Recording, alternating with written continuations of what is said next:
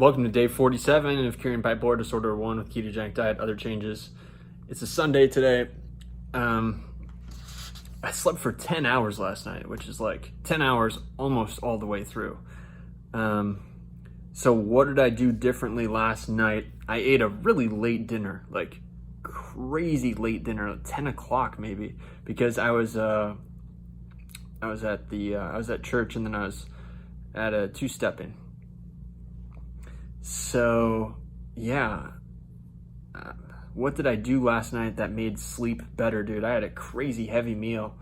Had a bunch of crab claws. Actually, I ate some butter, and I don't seem to have any adverse effects of that.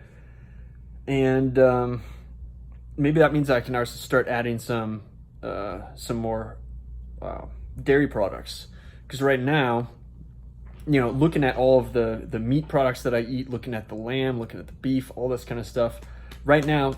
So I'm at about between 5 and 15 milligrams per liter. Whatever the chart says on the ketosis sticks, I'm at a trace amount of ketones. And so I would guess, my blood work hasn't come in yet, but I would guess that in order to trigger higher rate of ketosis, I need to increase fat. Like, I eat a ton of protein.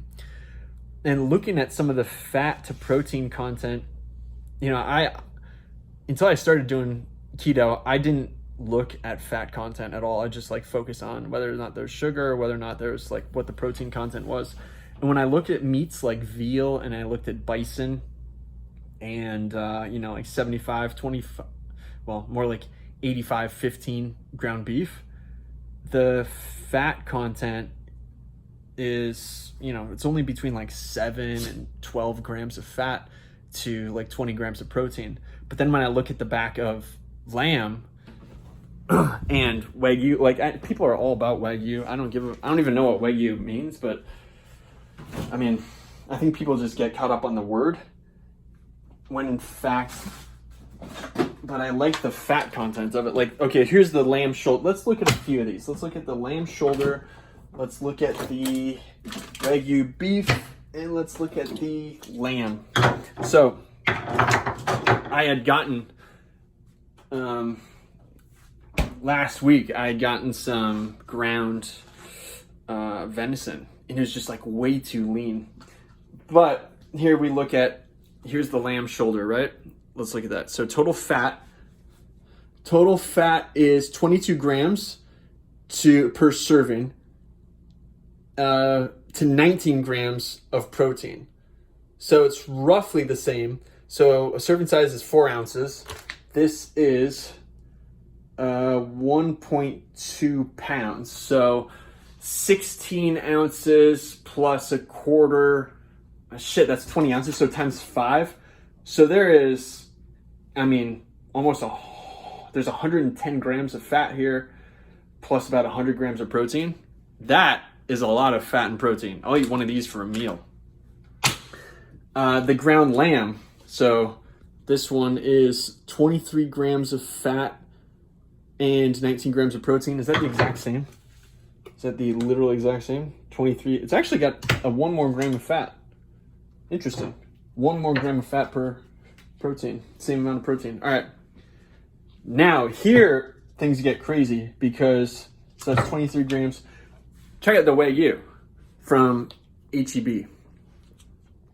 28 grams of fat to 18 grams of protein, 4 ounces. So, that is a crazy amount. That's more the ratio that I need to be on, because for people who are, using glucose for energy, they get their energy from carbohydrates. I get my energy from fat. So that means I need to eat more fat.